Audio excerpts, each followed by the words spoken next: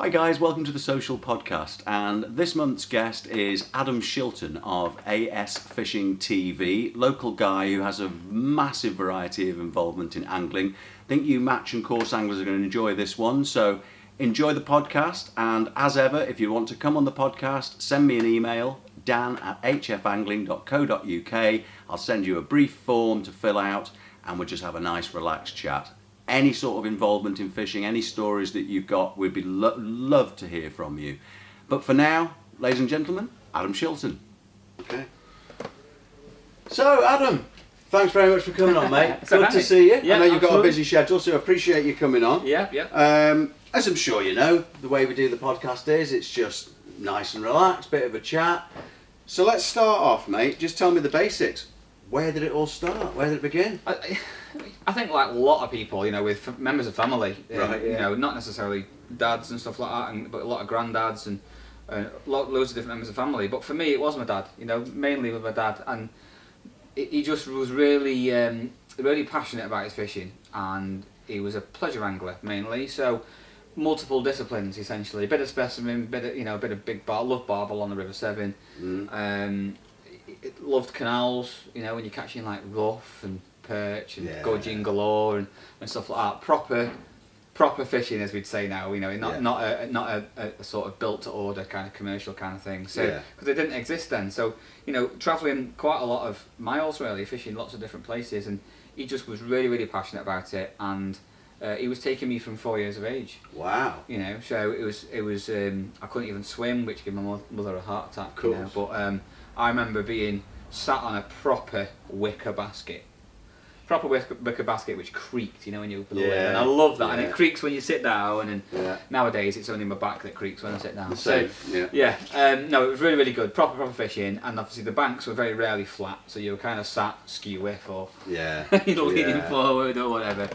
And I remember it distinctly, being on a little small wicker basket with some quill floats, like stick float fishing with original quill floats that were proper Mr. Crabtree style. Yeah. Really, really fantastic way to learn watercraft, to learn about the environment, to learn nature, to learn about species of fish and fish care and all those kind of things. And it's I think as someone who coaches youngsters now, or coaches all abilities, to be fair, whether it doesn't matter where you're up to, if you're just coming into the sport, these are all building blocks, these are all foundations, aren't they, to where angling may take you, whatever that personal journey is, So my dad really instilled that into me from a really, really early age, and as I grew and I got quite a love for the sport, as most youngsters do, you start to branch off a little bit. My dad did a bit of match fishing as well at club level. Did okay. Not winning every week, but did okay.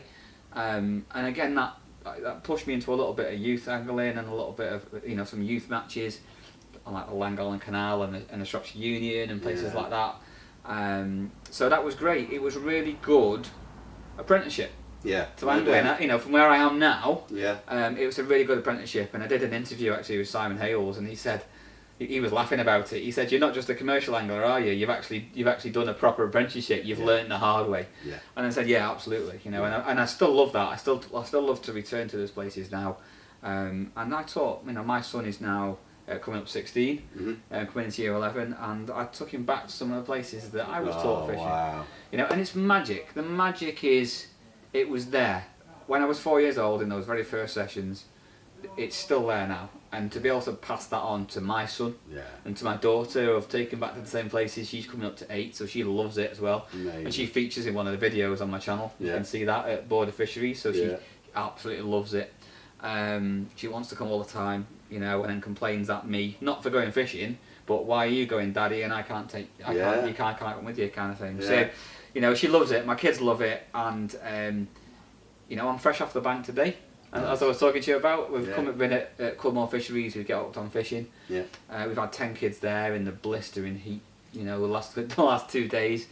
But they were completely new to the sport. We've been on day 3 today out of 4 days on the bank, and today they were completely settled. They know what they're doing, they're unhooking fish, they're doing all of those basic bits are there. And the most important thing of all that is the magic. The magic is there. Of those 10 kids fishing today, it come time to leave, and not a single one of them wanted to go. They wanted to stay there fishing, and that that is angling, isn't it? That's Yeah. what it's about. It's Yeah. that magic. It's not just about, you know, the media side of things No. and the commercial side of things and all that. It's making sure that magic retains all the Yeah. time, and it's still there in my fishing. It's there in the coaching and the organisations I'm involved with. And you felt that very early on when you were fishing? Yeah, as well. completely. Yeah. Yeah, it was absolutely. It's just always there, never gone, Same. and never will go. I love the fact that whatever bite indication you're using, you get that bite, and I like it when you don't know what's going to be on the end. Yeah. Unless I'm in a bit of a pressured match, in which case I'd quite like to know what's going to be on the end. Yeah. But that's a different thing. That's we can talk about that later. Yeah, yeah. So, obviously, you like your match angling. Yep. And did you start doing that very young? You say you did a little bit when you were... Yeah, I got a taste of it, but and I did enjoy it. But looking back at it now, I wasn't ready for it. No. I wasn't ready for competitive angling really. No. And whilst my dad could give me so much, it wasn't enough for me to be able to compete regularly. Right.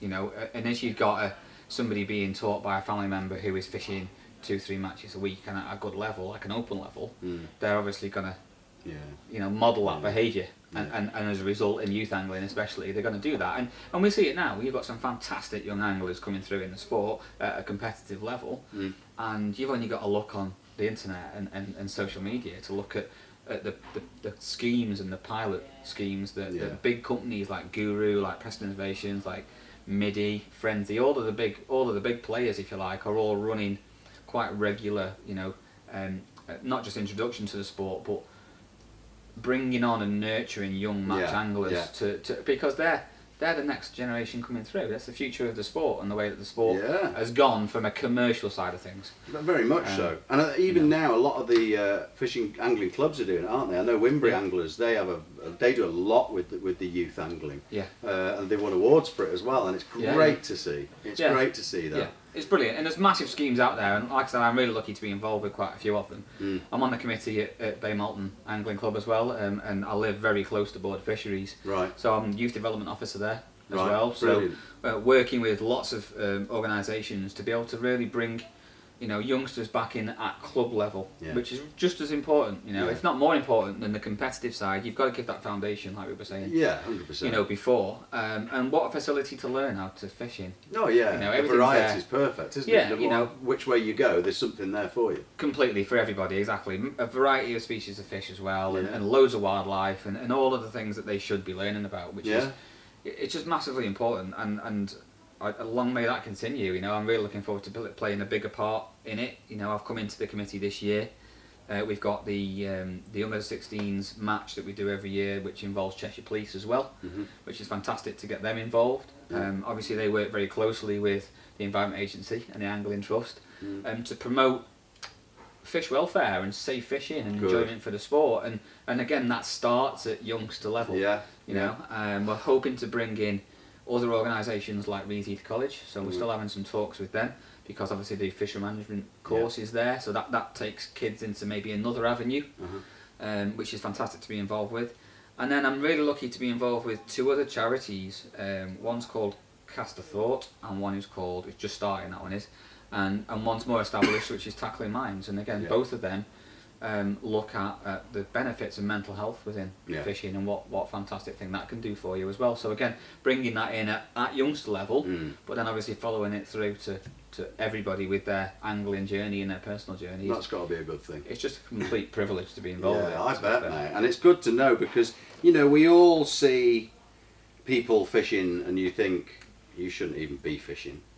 You've got no respect. You've got no respect for the, you know, for the surroundings. You've got no respect for the fish. And I, you know, okay, they just don't understand. That's the problem. So that education, that's massive, because that will just create a wave then that they can then follow then into their angling, should they choose to continue with it.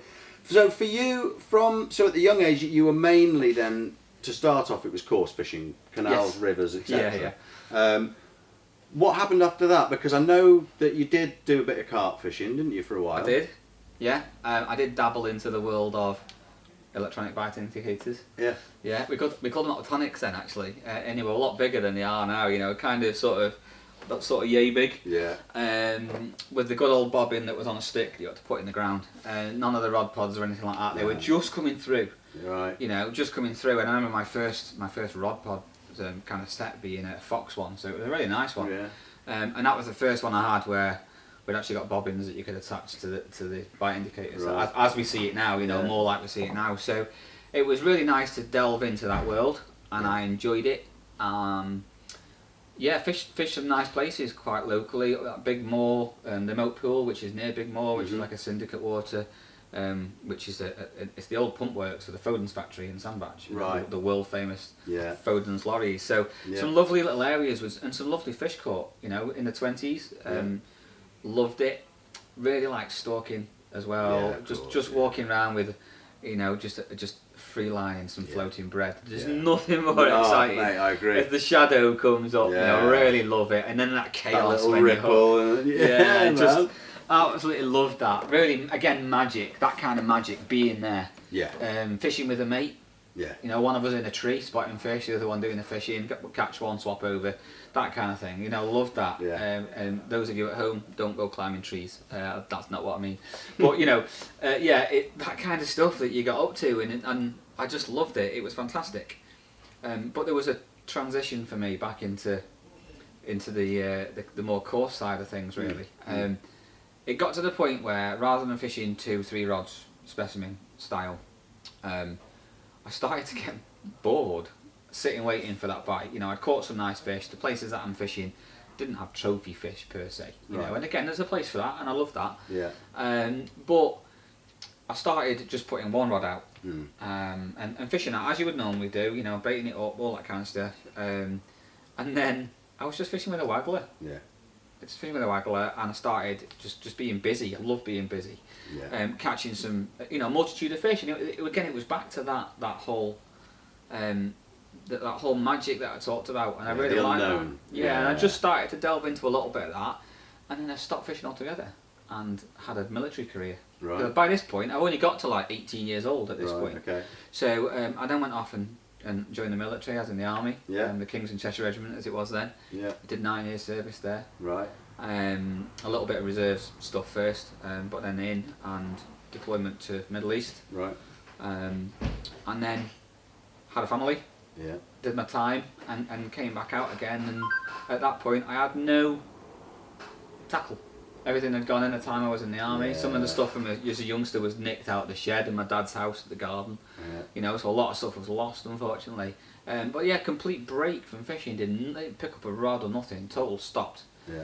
For 9 years, and then it was a case of, you know, do you get back into it kind of thing. And I got a young family at the time, and what is now my wife. Emma, bless her, her father-in-law was also mad fisherman, loved it, but had not fished for a long time either. So I talked to him about, we'll have to get going again, we'll have to go, and he was like, umming and ahhing. He said, I've got loads of stuff in my garage, I don't know what's there, don't know what condition it's in, you can have it for 100 quid. I don't know what I was buying, so I bought it. I said, yeah, okay. Got it all back, and everything was there. Wow. Waggler rods, tip rods, margin pole, a couple of whips, landing net handle, an 11 metre pole, a leader, an 11 metre pole, which you look at it nowadays, it's like a banana, it's like fishing with a banana, and it was dead heavy. But it was enough to get us going. It was not, you know, seat box, basic seat box, enough to get us back into fishing again.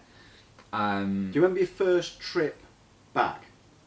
Clearly, yeah, really, really clearly. And how was that? It was just like being 4 years old again. I'm not going to deny it. It doesn't lose it at all, does it? No, it was just like being 4 years old, apart from the fact that you're a bit lost. Because obviously when you're 4, you've got dad or whoever it is, in my case dad, sorting you out and giving you guidance and stuff like that. And I was like a bumbling 4-year-old without my dad.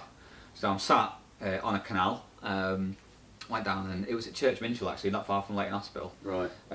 So I know that it's a nice spot there, and there's lots of reeds on the other side, and thought I'm at least going to get a few bites, you know. So I went down with some maggots, and like a kid at Christmas again, really. Yeah. But bumbling around, not knowing where to put things, forgetting how things went, and you know, it was a bit like riding a bike, isn't it? You know, you fall off, you get back on, you're a bit wobbly to start with, and then off you go. Yeah. And again, putting that, just that electrifying dip on the float that very first time, and it was a gudgeon. It was a massive fat gudgeon. It was about like 4 ounces. This thing. It was the biggest gudgeon ever, and I must have had about 140, 150 small fish that day, and it was just under my feet. You know, just getting back into it again.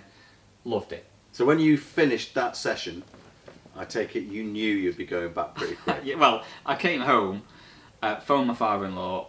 Yeah, the stuff was fine. Really, really enjoyed it. When are you coming with me? Yeah. You know, and off you go again. You're back on the bike, Yeah. and the magic's there, and yeah, you're just counting the hours, aren't you, till you get to go again? It's crazy. It's crazy how strong it grabs you again. I did a similar thing. My gap was a little bit bigger. My gap was about 25 years. Yeah. You know, again, similar sort of thing. Work, got married, had children, etc., etc. Got back into it, and I had been struggling. I'd been through a bit of a sticky patch mentally. I'd been written off work for 3 years, and I was sort of, what should I do? And in actual fact, it was my doctor that suggested it to me, which now you'd expect a lot more. But this is going back quite a while, because I got back into fishing this time 4 years ago. But there was another time I got 10 years before that. That was after the 25-year gap. And and the doctor actually said, you know, have you got any hobbies? And at that point, my only hobbies were drinking and partying. You know, and unfortunately, that's partly what had smashed my head to bits. So Not what you were after. Not really. So I said, well, he said, I used to go fishing a lot, but you know, I haven't done that for years. And he was like, just go fishing. He said, you want to try do something that you're not good at? This was amazing advice that I'd never heard before. He said, if you're struggling mentally, go and do something that you've got to put your mind to, but do it knowing that you're not very good at it, and be happy with that. Just do it for the hell of it. And that was my attitude when I first went. I didn't care what I caught. I didn't even care if I caught, I must be honest. When I got there, because I got a cheap rod somewhere, and borrowed a few bits and this, that and the other, went down, sat on the banks of the Weaver, and I just fell in love with it all over again. And then as soon as I caught a fish, well, that was it.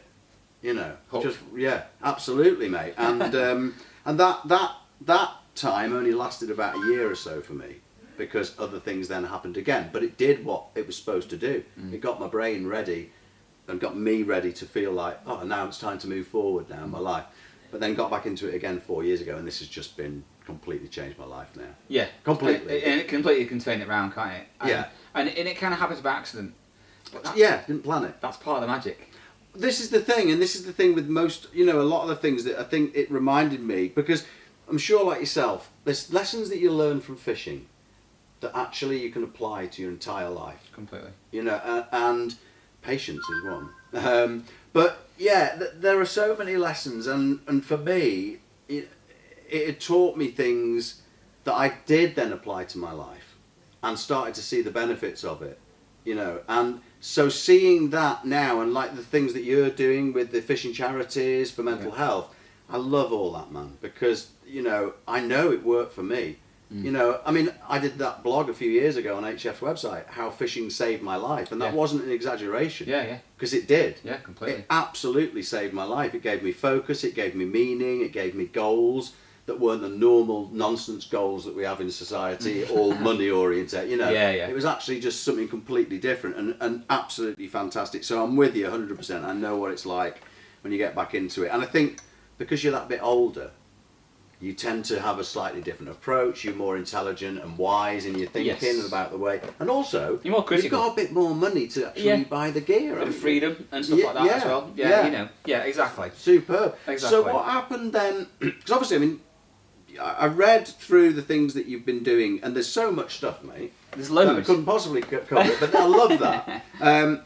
But one of the things, obviously, that I do want to talk about is because obviously you have a YouTube channel now. Yes. AS Fishing TV. Correct. Yeah. How long's that been going? It's just touching a year now. Right, okay. And we launched it slightly later, so it was just coming up to the school summer holidays. And I work in the school, it's my profession, if you like. Right. And we did a big chunk of the first filming. I did some test shoots sort of in this time of year last year, running up to it, just to be able to, is it something that's going to work? Why did it happen? Let me just ask you that. Why YouTube? So it comes back to the mental health thing. So as a veteran in the military, mental health is something that I've dealt with quite a lot in the past. Things like PTSD and stuff like that. Yeah. I managed to deal with all that. So we're talking, years ago Yeah. now, and I've been able to, I've been very lucky. Don't get me wrong, to be able to come out of military life back into a civilian life again. Yeah. I was able to, because I got qualifications, I was able to go to university as a mature student, and essentially qualified to be a teacher. Right. Music is the thing that I actually specialise in. Nothing to do with music and PE. Nothing to do with media whatsoever. Right. But obviously music works very closely with media, and I've been very fortunate as somebody involved in the music industry to work alongside media quite frequently, and you pick a lot of things up and you learn, and I've always been quite an inquisitive kind of character anyway, and always want to learn, and I'm no different now, always want to learn something. Yeah. So that's what kind of happened there. The game changer was, and you just touched on it yourself, the pandemic. So my youngest has some health conditions that put her very, very, very high at risk with COVID. Right. So much so that Alderhay, who she was under, they locked us down the very beginning of March. So nearly 3 weeks earlier than the rest of the country. They said, look, this is what's coming. We don't know what it is. This could be the risk to your daughter. You're at home. Right. And we were locked down really, really quickly. Right. And we were then stuck, so we couldn't go out. So whereas what eventually became the vulnerable tier that the government put in place, if you remember, they were able to go out for a walk once a day. Yeah. But otherwise they had to stay in the house, people had to bring food and stuff like that. For us, we weren't even allowed to do the walk a day, so it was house and garden, and that was it. Everything had to be delivered to us. Thankfully, we were already with Tesco, so Right. food and stuff coming in was okay. But every item coming into the house had to be bleach wiped and washed down. Right. We had to be super, super careful, Yeah, and it was no doubt. scary. Yeah, it I was bet. really scary, I bet it was. And for me, actually in the house at the time felt okay. We could control that. Yeah. And you'll know this in your mental health. The bits that you can control, you're fine with that. No, not an an issue. issue. And so I haven't really cottoned onto it, that there was going to be any kind of an issue.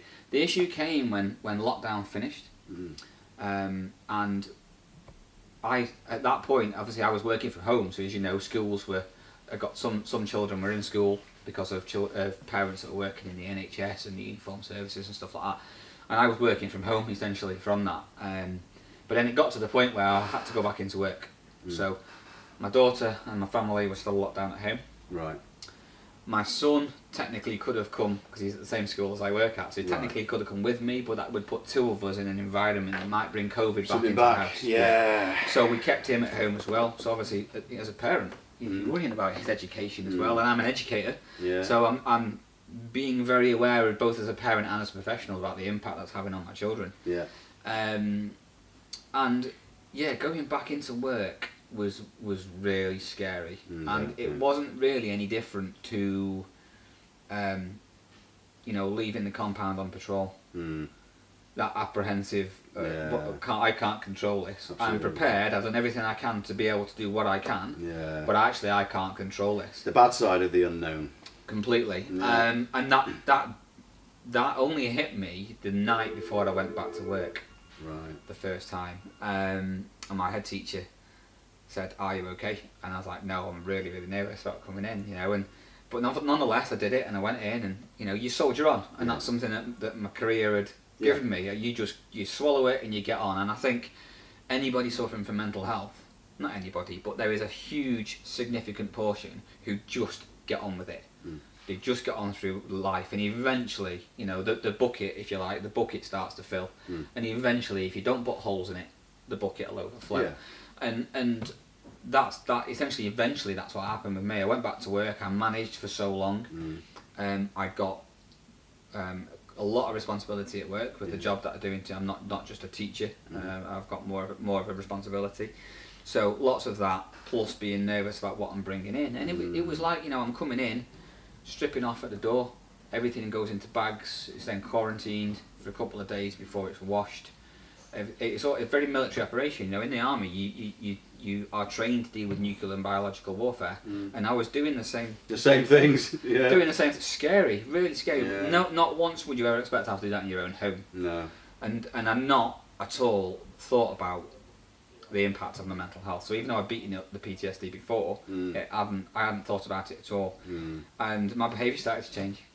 And thankfully not in a bad way, you know, but family and some colleagues were just saying, are you okay? I was starting to not sleep. I was starting to, you know, it was all starting to creep back in. And in the end, it brought back the PTSD. Wow. You know, completely hit me like a train. Bang, straight back in. And it was really, really difficult. And thankfully, I've got such a supportive unit, professionally and personally. I was able to continue to do the things I'm doing, which is amazing. You know, absolutely amazing. Got it sorted. It didn't manifest OCD as well, so I've now got that as well, which is fine. You know, and again, I'd had it for years, not even realised. One of those things. And what happened is, in that little bit of going back to work and what eventually became everybody out of lockdown, I needed something else. Yeah. In that process of not just knowing that the PTSD had come back and hit me again, but what can I now do? And you said it, you said exactly the same thing, something that is different, that you're not good at. Yeah. Now, fishing was already there, we just couldn't go because we were all on lockdown. Yeah. So, and I'm reasonable at that. So I needed something that was going to challenge me, that was not my work, that was not music, which I'm heavily involved in still, and that wasn't me just fishing like I normally do. Yeah. So, like I said, I've worked with media a little bit in the past, and I thought, let's have a little look at this, let's have a look. So I borrowed some cameras, took myself out onto the bank, and did some test filming, messed about with a few different things, got them back home, did a bit of editing, self-taught essentially, with a little bit of guidance. I'm very fortunate, I'll come back to this in a minute, very fortunate to know somebody who's really, really high in media. Right. He's now just retired, well, he retired from media a while ago, but he came back into education and now he's just retired completely. So I got some guidance there. And I took those early videos and I sent them out to some well-known people. One of the people that is responsible for, arguably, the most successful match YouTube channel that there is. He gave me some fantastic feedback, can't thank him enough, you know who you are. Can't thank him enough. And I sent it to some open match anglers that watch some of these things, sent it to some complete novices, sent it to people not in fishing, on the media side of things, and the feedback that come back was, this is good. So it was good enough to motivate you and for you to feel confident enough to run with move forward. Yeah, and there was a lot to be done. You know, I look back at those videos now, and some of them are still on the channel. And I've kept a lot of them on there, to be fair, because it's nice. It does map that journey a little bit. Yeah, totally. I do look at them and cringe a little bit now for some of the things on there. Of course you do. But, you know, you're always learning. And the whole year has been learning that craft, essentially. And I have been really, really privileged and lucky to be backed by some really fantastic companies and fantastic people, you know, and people like Chris from here at HF has seen something in the stuff that I do and said, actually, I'd love you to come do some stuff for us, and that kind of starts there. Yeah. Simon Hales, who's the owner, co-owner of Burt Baits as well, which is a growing bait company, doing really well. Again, he saw me as on two sides of the things, really. He said not only is the media skill something that he wanted to use, but also for me as an angler, as a match angler, you know, he saw something that he really, really liked. Brilliant. And I've just been really lucky, you know, and massive thanks to those people who have had faith to say, here's a bit of rope, go and see what you can do with it. Amazing. You know, and it's just grown on from there, really. And what it's done is it's given me a vehicle to reach people, like I do on the bank with coaching that we talked about before, everywhere. Yeah, it makes it much more accessible, and you can gear things for different levels, so people that have never done it before, right the way up to, you know, those tips that just tweak the club match anglers who are getting, you know, 5th, 6th positions in their matches, and some of those tweaks is a difference between 5th and 1st. Right. You know, and then to get feedback from people that watch the videos that they're back into it and they're loving their fishing is fantastic. To get feedback from people to say, took some of your tips, I'm now getting 1st, 2nd, 3rd places on a regular basis on the match. There's nothing more rewarding than that, you know, and I'm just... Brilliant, mate, brilliant. Yeah, I mean, YouTube it's incredible, isn't it? Whether it's fishing or anything else, you know, for education purposes or entertainment, it's fantastic. So where's it going, mate? What I mean, do you have Are you that kind of guy who has goals set out and plans, or do they come just with the momentum? It kind of a kind of mixture of the both, I think, really, because shooting these films takes, people don't realise, you guys at home, some people don't. It takes infinite amount of hours. You know, it's all good and well saying I'm gonna do a feature on elastics or whatever on the bank. But it might not go the way you want it to. That might take all day to get the footage that you want. And it might not. You can go, some days that's what happens, and you do a full feature, and you cut it down to 20 minutes. Well, it's like when people watch, and I did this as well when I was first getting back into fishing. You watch a video that one of the manufacturers has done, the top guys, the sponsored anglers, and it's, let's say, half an hour.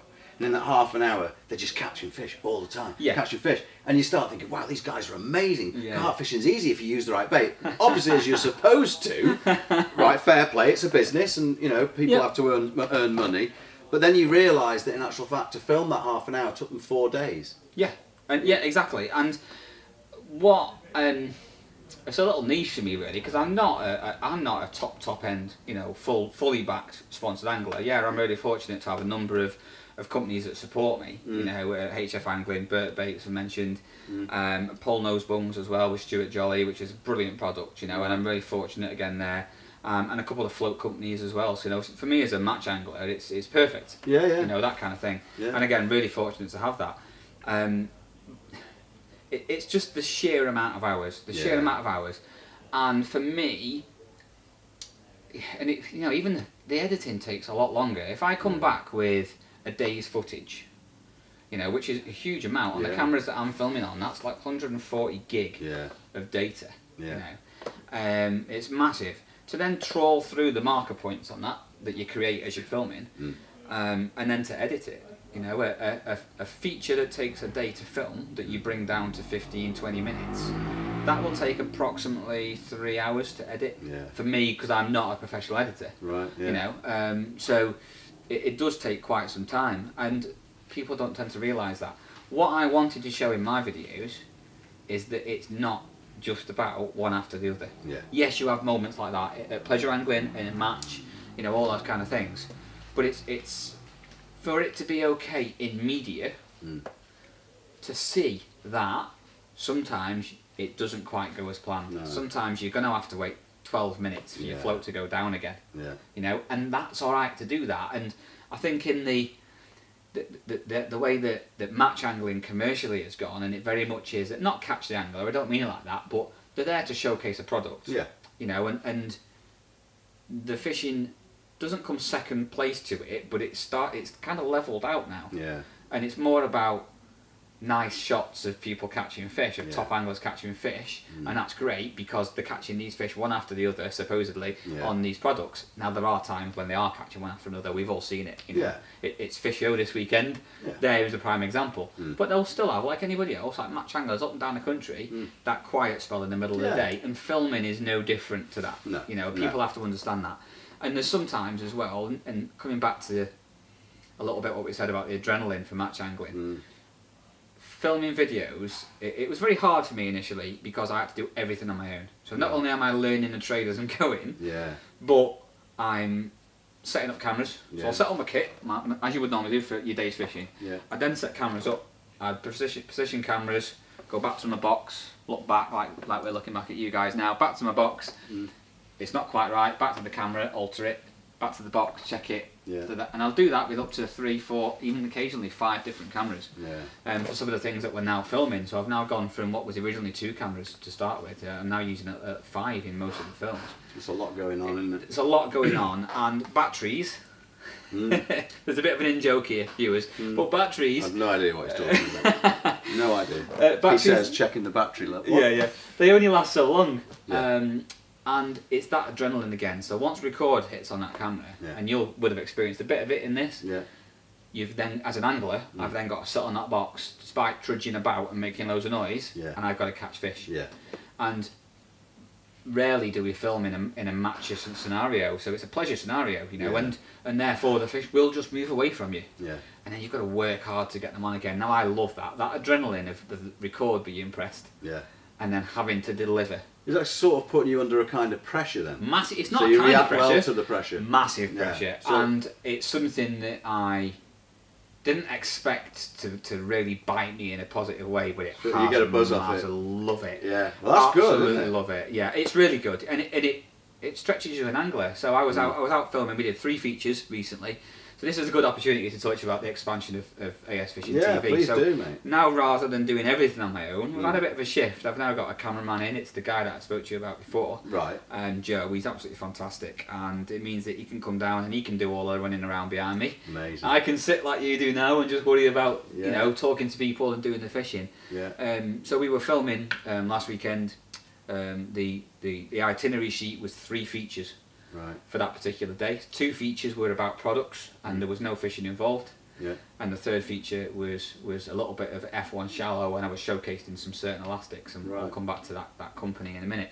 But as we're filming the features in the morning, it was 30 degrees, so it was really, really hot and a bit too bright essentially for shallow fishing. And by the time we did the 1st feature, did the 2nd feature, and I'm saying to Joe, I'm a bit worried about catching fish this afternoon. We're looking at pleasure anglers around the lake that we're filming on, and they're not catching. No one's catching. They're not catching, and they're also fishing shallow. We can see them turning the rig over and feeding, and they're not catching. And I was a bit concerned about it, and I just thought, you know what, this might not work. We might have to come back another day. But nevertheless, you know, you try, and that's the adrenaline I'm talking about. Yeah. Sit down on the box, cameras are rolling. I've now got a limited time to deliver, and I've got to catch F1s on 2 different grades of elastic, and hopefully some quality roach as well. We had roach up to £1. Right. And it was hard work, and I got my cameraman laughing his head off behind me, sat in a comfy chair like we are in the shade, drinking his water, going, I'm quite comfortable up here, nice breeze, you know. It's that adrenaline. Nice. You've got to deliver, you've got to catch that, and not only have you got to catch it, but you're on camera, so everything, you know, luckily, like I said, I'm quite OCD, so everything is uniform. Yeah. And it's rinse and repeat, you know. So I'm always in those habits, like good match anglers are, and that helps from that perspective. But there's other things you have to remember, and you're aware of that doing this. Yeah. You know, making sure that you turn into camera, making sure that angles, you're showing the fish nicely. Fish care needs mentioning. How you're landing the fish needs mentioning. Yeah. You know, you might talk a little bit about the bait you've used. You might talk about a change that you've made.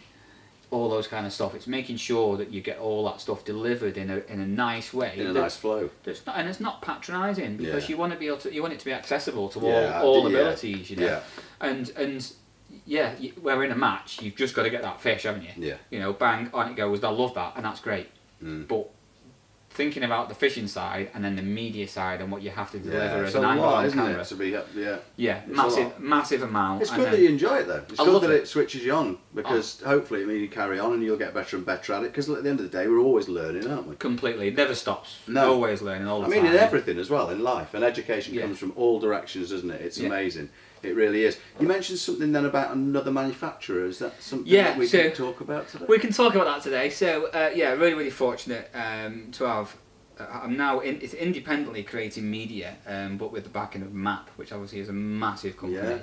Yeah. Wow. So they've just sent their first set of products through, which has been absolutely fantastic. Yeah. And again, gives me something a little bit different. Yeah. You know, I'm really fortunate again with HF here to be able to, and you've seen some of the videos on the 1 Minute Mondays and some of the stuff on my channel as well, whereas you can see the different products I get to take out on the bank and have a bit of a play with and show what they can do, and it's amazing, and I'm always learning, not just as a videographer in that sense, but as an angler. Right. So I've recently took out the Daiwa Matchman range, which is brand new, and I compared it alongside the Shimano Aero X1, which is the same kind of budget rod, if you like. Yeah. And I took it on the world famous arena at Clubmore. Nice. You know, what a place to test a rod out, or a couple of rods out. Yeah. And you know what, they both perform so well, and I use quite expensive feeder rods, I won't deny it. And there are subtle differences, of course there are. You know, but those rods just cope so well with that fish on that day, you know, and it was amazing to do those kind of things. What MAP gives me is the ability to expand that, to branch that out, you know, and they also would like, you know, lots of still images and things like that of their products in different settings. So I get to photograph some of their stuff in a studio, which is great, and we all see that. We all see that when we look at it on social media. We see it when we look at it on the internet when we're buying products. The same as we do with products for HF here on the website that they use. So it's great to do that. It's great to photograph some of the stuff out on the bank. You know, on the side tray, and it's blurred in the background, but you can see that you're next to sort of water and stuff like that, and you can see the sun glistening off the ripples in the background. So yes, there's an artistic side there is, to it, isn't there? Yeah, there's massively, and I really love that. It's a different element. You know? So isn't it amazing when you think about it and put it into perspective that from your dad taking you fishing, and sitting on a wicker basket, catching little gudgeons, what have you. Yeah. Fishing again has taken your life into different directions that you could never have foreseen. Not at all, and it. My dad always said to me in anything that he taught me. So you know, the same as most kids growing up. So I mentioned about music before. My dad was a professional musician. His dad was as well. So I just kind of followed in the footsteps. So he taught me that. He taught me about angling. He taught me about football, and he just always said that I don't mind what you do. But when you do it, I want you to get better than I was. Right. Nice. That's all I ever asked for. I like that. There was no limit to that, or you should have done better today. It was just a nurturing of anything that I was interested in. Like the new improved version of. Yeah, completely. Yeah, mini-me. You know, slightly better. And unfortunately, he's no longer with us. You know, he passed away nearly 2 years ago now. But it's, you know, he would have never foreseen this, as I didn't. In the last 12 months. Yes, I put work into that, but you know, and again, I mentioned the people I mentioned earlier. I'm so fortunate to be supported. That's what it is, to be supported by people and companies. Does it improve my angling? I suppose is a question I get asked quite a lot. In some ways, but it's not because of that. You know, it forces me out onto the bank. It forces me out of my comfort zone as an angler. That's what improves my angling. Absolutely. Not the product, not the stuff like that. And again, you can see from my videos, I'm not afraid to showcase successful and enjoyable angling without using top of the range tackle. You know, a lot of my tackle still is, even though I've got the backings that I have, still is stuff I've bought second hand. You know, and I'm quite happy with that. You know, and I like that. It's about how the bait is presented. Absolutely. You know, no, that's brilliant. It comes down to that. That's brilliant. It really is. So, any other big plans? Anything else that you can share with us in the pipeline? Beyond videos and shootering and everything else? We've just got a really busy summer, you know, planned that covers all of the things I've talked about. You know, from coaching kids. Like I said, I've been out with 10 at Cudmore this week with Get Hooked on Fishing. What an amazing organisation to be associated with. You know, it's superb. We've got with the new products that are coming in, there's obviously some features that are coming through from that. There's obviously filmed 3 already. You're getting lots of exclusives here. Filmed 3 already, so you'll start to see those in the next kind of 5 to 6 weeks.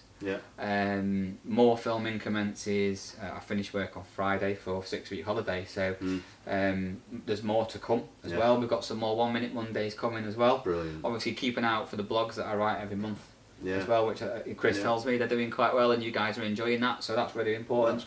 That's good. Essentially for me, yes, I've got a direction, and yes, it's growing, but it's led by what people want, you know, and I get asked lots of questions on social media, on the channel. I get asked questions on the bank, just if I'm filming, you know, things like that.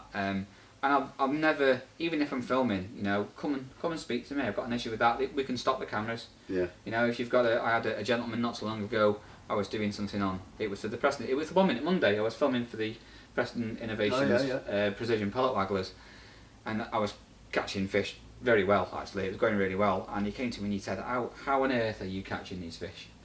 And I stopped everything and pushed him in. And pushed him in. Yeah, no, I didn't. Stopped everything. Gave him a 20-minute lesson. Sat him on the box. Nice. Right, here you go. Bang. He was into fish, you know, pretty quick. Brilliant. And again, he went away, toddled round to the other side. He was setting up for about 15-20 minutes, and then out comes a pellet waggler. And it wasn't long, you know, half an hour after that, he was catching fish in the same way in his own peg. And I'll never. That's what it's about. It's you'll never tire of that. Never tire of that. I'm not in it for the money. You know, I don't earn money as a result of this. It's something I do because I enjoy doing it. For the love, yes, there are perks to the job, but I enjoy doing it, and that's the bottom line. And because of that, you know, like I said, I've got 6 weeks of filming ahead of me, which is going to be amazing. you'll get to see the products of that as we move.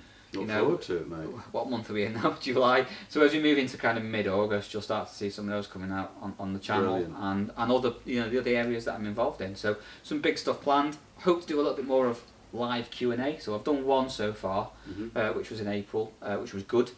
So hoping to run them more now, and I want some guests on that as well, similar to what you do here. Yeah. But a bit different. Yeah. And people like Kieran Rich, for example, what an absolute match legend. With 5 Fish Show finals. John Jones, who's another Burt Bates sponsored angler, he's in the Fish Show final this weekend. Wow. He's also qualified for the Golden Reel final as well. Nice. So to get some good mates like that on the live Q&A, and again to be able to bring something that is so accessible to so many different people, that's what I want to do. That's where it needs to go. Yeah, definitely. And somewhere in the middle of it all, hopefully, still fish a few matches here and there. Yeah, you never know, you might catch it. There you go. So also we're filming as well. I forgot to tell you about that. Also we're filming 3 matches over the next 6 weeks. So there'll be a practice session and following the match. So in 2 separate videos, that'll be practice, match, practice, match, practice, match. 3 different local venues. Ones I've not fished for one I have fished recently, one that I've not fished for a long time, and one that I've never fished before. So again, you'll get to see that approach, my approach. I'm not saying it's the right approach. No, mate, but I look forward to it. And we will, by the way, there'll be a link to the channel, AS Fishing TV, at the bottom in the description as well. I think beyond that, mate, I'd just like to say, again, thanks for coming on. Really interesting, and it's nice to talk to somebody involved in fishing where it's not just fishing, and to see that digression, it's really good, mate. So again, thank you very much indeed for coming on, mate. I will probably see you on the bank sometime. I hope so. Well, we need to get on the Weaver, don't we? At least. Oh yeah, let's do that. I'm up and down there every day. I've taken a little bit of a break from the carp fishing at the minute just because of the hot weather and stuff like that. So I've been going up and down the Weaver a lot and loving it again, just falling in love with it, old school. Well, maybe we'll do a session on the Weaver. I might let you have a practice, and then maybe I'll bring a camera with me and we'll do a little snippet. Yeah. Okay, mate, cool. Let's do that. Look forward to it. Bit of running water videoing. Yeah, that'll do. Right, guys, thank you very much for watching, and as ever, we're always happy to have people come on the podcast like Adam has and have a chat with us. It doesn't matter what your level of angling experience is or what kind of fishing you do. If you love your fishing, we'd love to have you on. If you're interested, just drop me an email. It's dan@hfangling.co.uk. Almost forgot my own email address then. Send us an email. We'll just send you a simple form out for you to fill in, and we take it from there. Thanks very much, but for now, that's your lot. Cheers.